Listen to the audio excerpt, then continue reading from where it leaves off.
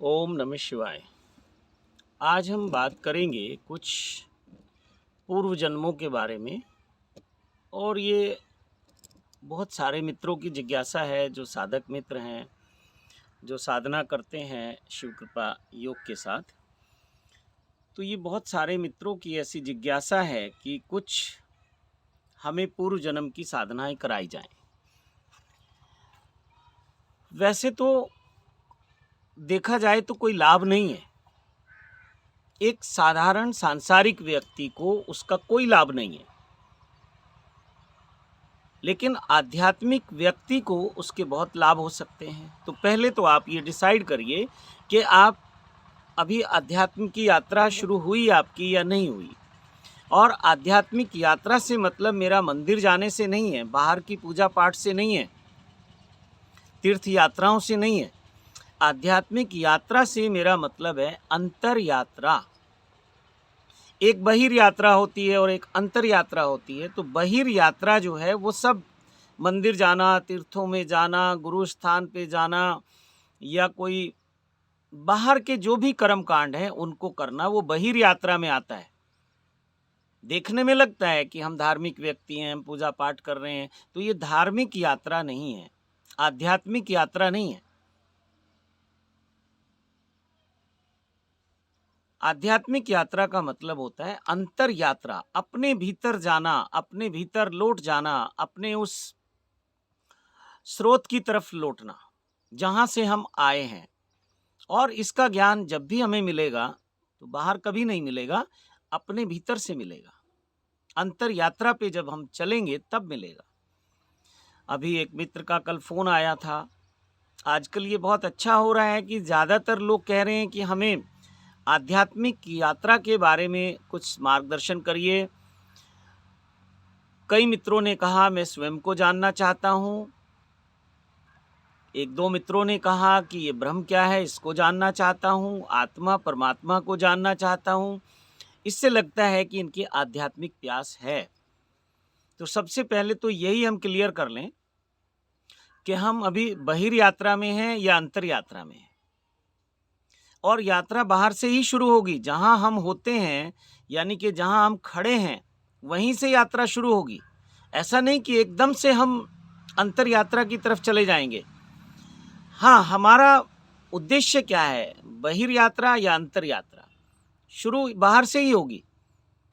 तो उस पे फिर हम चर्चा करेंगे किसी और वीडियो में, और कैसे हम अंतर यात्रा पे और बहिर यात्रा पे एक संतुलन बना सकते हैं, बैलेंस बना सकते हैं। गलती क्या होती है साधक से, या तो वो बाहर की दुनिया में इतना उलझ जाता है कि उसको अंतर यात्रा के लिए कभी याद ही नहीं आती, होश नहीं आता, या कभी उसको आवश्यकता महसूस नहीं होती। दुखी होता रहेगा, परेशान होता रहेगा, तड़फता रहेगा, बाहर से कुछ मिला नहीं ये कहता रहेगा, लेकिन कभी अंतर की तरफ नहीं लौटता। तो उसका कारण ये भी है कि उसको अंतर का कोई ज्ञान नहीं है, या कोई ज्ञान करवाने वाला नहीं है, या कोई मोटिवेशन करने वाला नहीं है। तो जब हम अंतर यात्रा की बात करते हैं तो कई बार लोग घबराते हैं।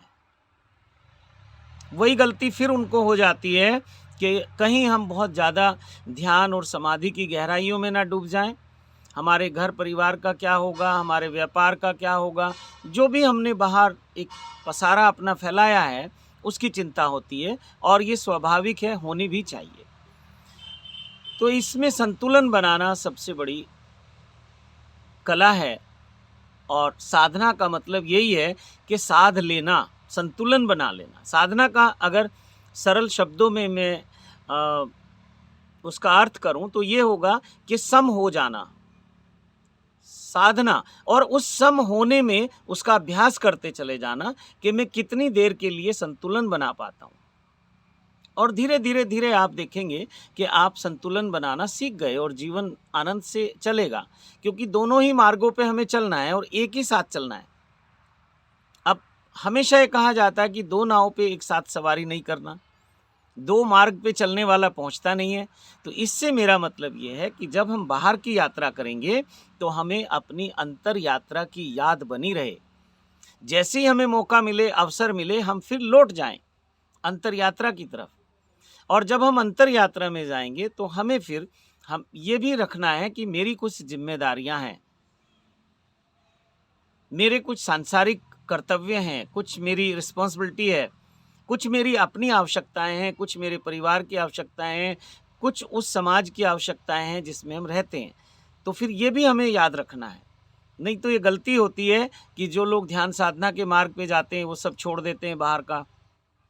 थोड़े दिन तो अच्छा लगता है क्योंकि उस जंजाल से आप निकल आए, जहाँ तनाव था, जहाँ टेंशन थी, जहाँ कष्ट था, जहाँ बहुत तरह के विवाद थे, आप निकल आए, अच्छा लगता है। लेकिन थोड़े दिन बाद दूसरी तरह की समस्याएं फिर शुरू हो जाती हैं और फिर अब उसका दिल ये करता है कि अब मैं उस विवादों में, उस भयानक जो एक जंजाल है उसमें नहीं जाना चाहता।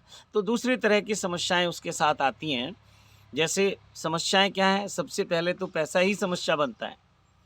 फिर वो कहता है मैं तो साधु हूँ, मैं तो संत हूँ। मेरे पास बहुत लोग आते हैं, तो मैं तो ये कहता हूँ कि आप साधु संत हैं और धार्मिक व्यक्ति हैं, तो आपसे जो फीस है वो डबल है।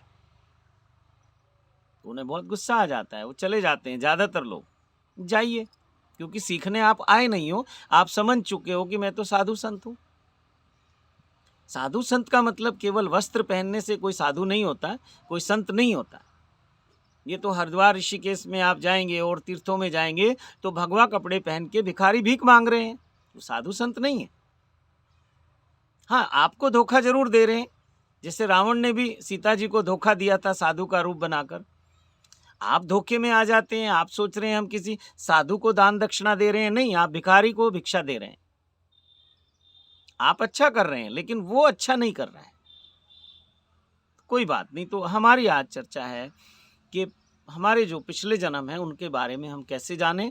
अधिकांश मित्रों का ये जिज्ञासा रहती है, तो मैंने कहा कि सांसारिक जो लोग हैं जिनकी अभी आध्यात्मिक यात्रा शुरू नहीं हुई, उनके लिए ये कोई फायदा नहीं है इसका, और नुकसान का कारण बन सकता है।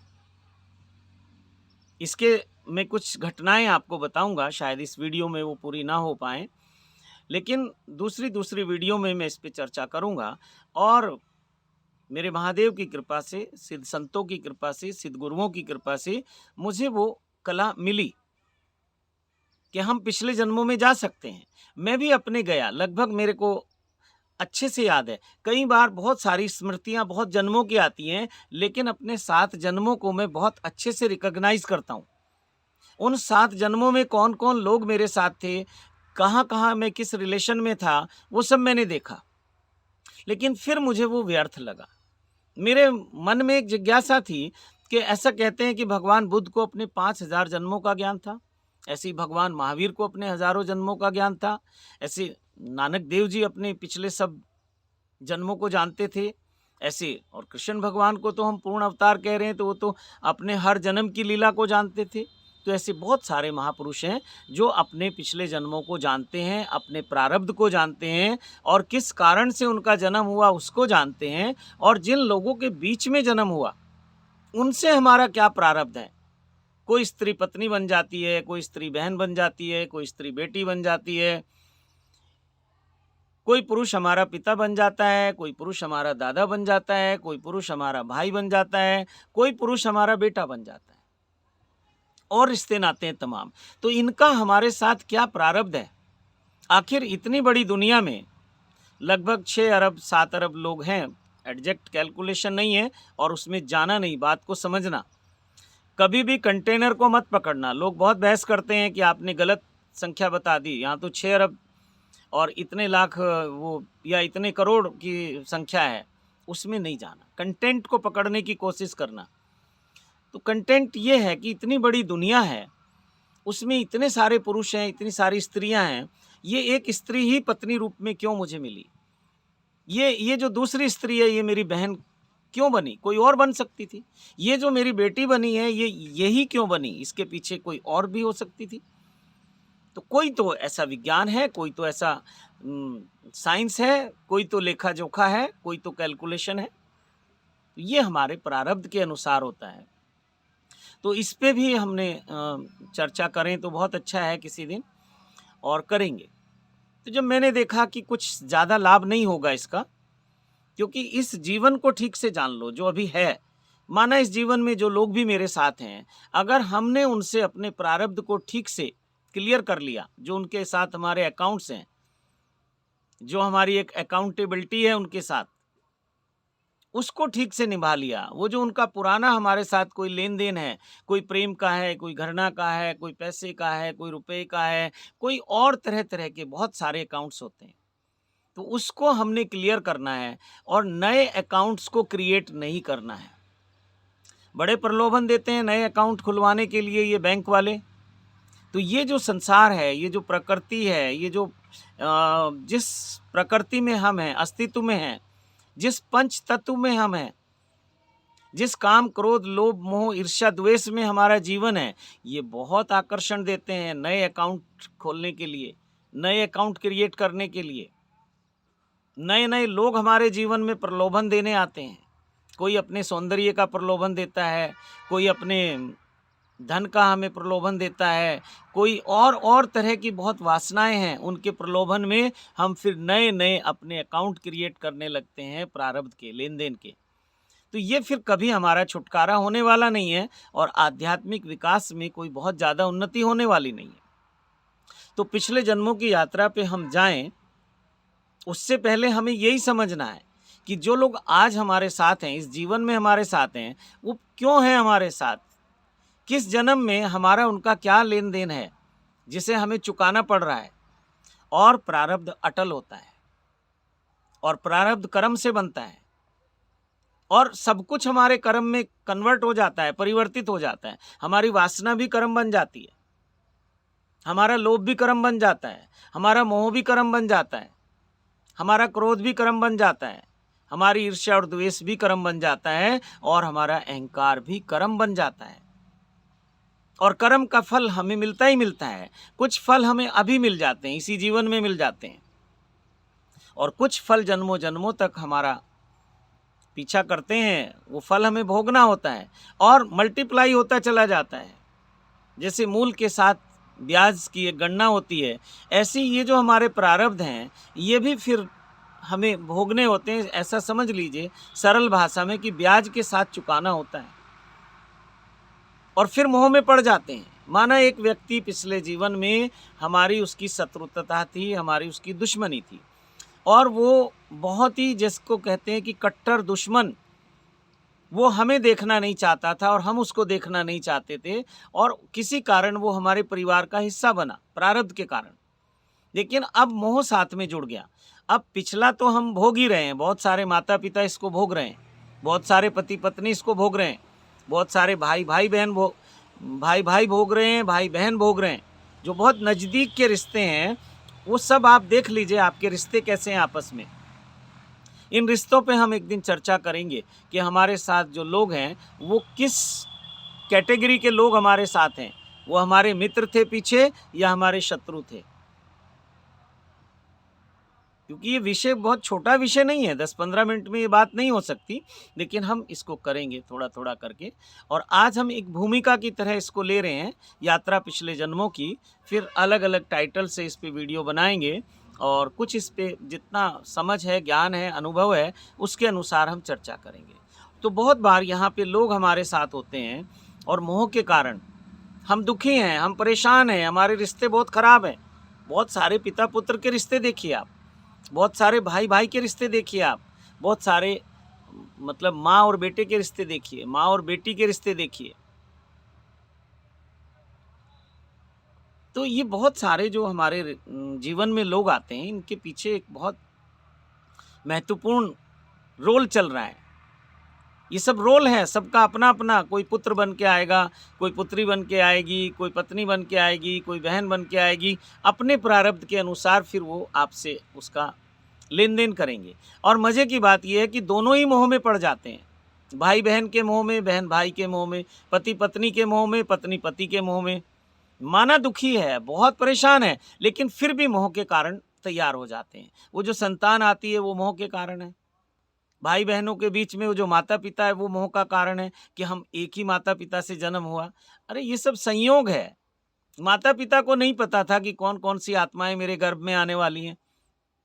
संयोग है, एक्सीडेंटल है माता पिता के लिए, लेकिन वो आत्मा जानती है कि मुझे यहाँ जाके वो प्रारब्ध अपना पूरा करना है। माता पिता को नहीं पता होता, लेकिन हम उसको मोह बना लेते हैं कि हम सगे भाई बहन हैं, एक ही माता पिता से हैं।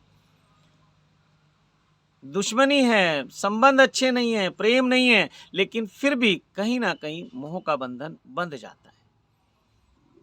वो एक भजन आप कभी सुनना, गुरु से प्रार्थना एक शिष्य करता है कि गुरुदेव तुमने मेरे मोह के बंधन काट दिए। तो क्या आप तैयार हैं वो मोह के बंधन काटने के लिए? जिसे मैं प्रारब्ध कह रहा हूं वो मोह के बंधन है।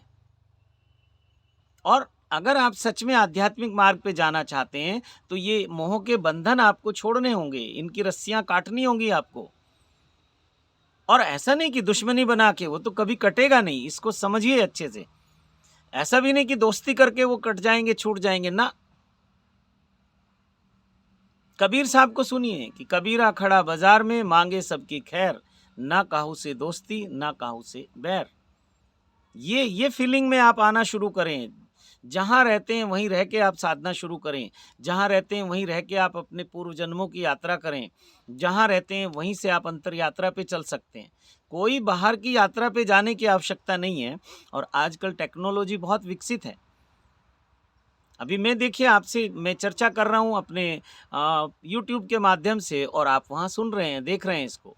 ये लाइव हम कर सकते हैं, ये हम और माध्यम से कर सकते हैं।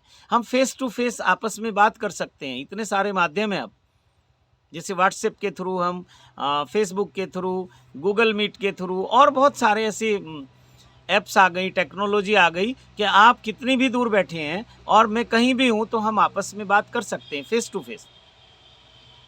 तो अब सब कुछ संभव है, तो इस पे हम चलेंगे।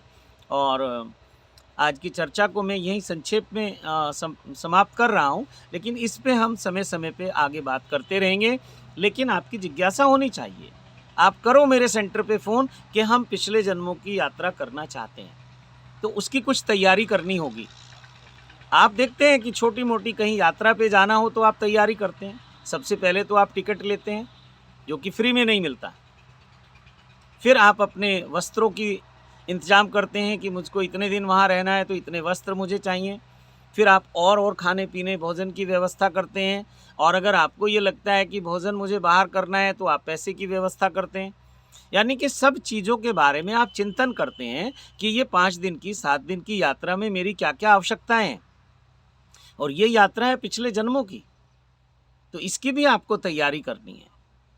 और घर में रह के जितना सुविधापूर्ण है, बाहर कहीं भी उतनी सुविधाएं आपको नहीं मिलेंगी। आपके घर में आपके पास एक झोपड़ी है, बाहर आप किसी होटल में भी जाएंगे, किसी महल जैसे होटल में जाएंगे या किसी अच्छी से अच्छी जगह स्टे करेंगे, वो कंफर्ट आपको कभी नहीं मिलेगा जो अपनी कुटिया में मिलेगा, अपनी झोपड़ी में मिलेगा। अब देखो मेरे पीछे, मैं तो यहाँ हूँ, मेरी कुटिया तो यहाँ है। देखो कहीं कोई घर, कोई मकान, कोई दुकान आपको दिखाई दे रहे हैं?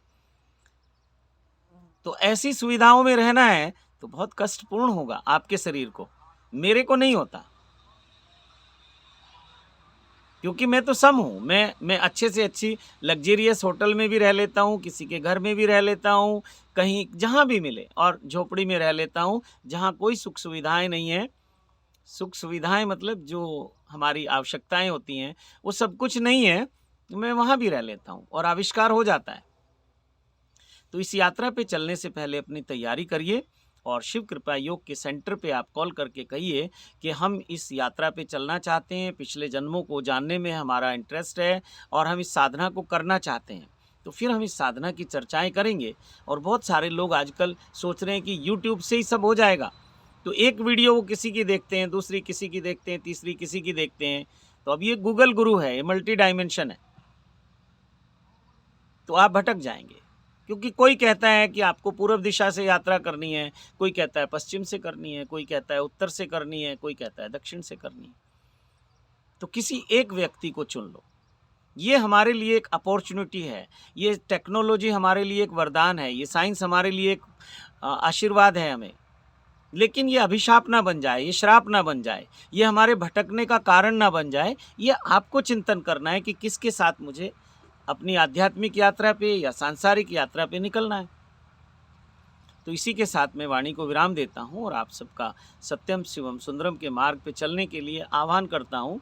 और अगर आपको ये वीडियो अच्छी लगती हैं तो इनको अपने मित्रों को शेयर करें, क्योंकि हम सामाजिक प्राणी हैं। हमें एक संघ चाहिए, एक समूह चाहिए। देखो, बुद्ध ने एक समूह बनाया भिक्षुओं का, भगवान महावीर ने एक अपने जो मुनि हैं उनका एक संघ बनाया, समूह बनाया।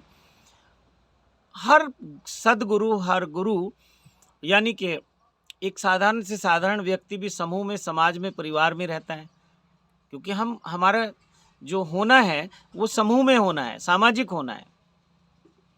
ठीक है, कभी कभी हमें एकांतवास आवश्यक होता है, लेकिन फिर भी हम अपने एक समूह से जुड़े होते हैं। तो इस वीडियो को आप शेयर करें, लाइक करें, कमेंट बॉक्स में जाके लिखें आपको कैसा लगा। आपके कोई सजेशन है तो वो लिखिए, आपके कोई शिकायत है तो वो भी लिखिए। और चैनल अगर आपने सब्सक्राइब नहीं किया तो उसको सब्सक्राइब कर लीजिए, और जो जो उसके रूल रेगुलेशन है उनको फॉलो करिए। जैसे बेल आइकन को प्रेस करिए कि जब भी कोई नई वीडियो आएगी आपको उसका नोटिफिकेशन आ जाएगा, मैसेज आ जाएगा। तो इसी के साथ आपको बहुत बहुत शुभकामनाएं देता हूँ। आपको मेरे महादेव के, महादेवी के, सभी देव शक्तियों के, सभी सिद्धों के, सभी सिद्ध संतों के, सभी सिद्ध गुरुओं के और ब्रह्मांड में उपस्थित सभी देव शक्तियों की कोटि कोटि आशीर्वाद आपको देता हूँ। ओम नमः शिवाय, ओम नमः शिवाय, ओम नमः शिवाय।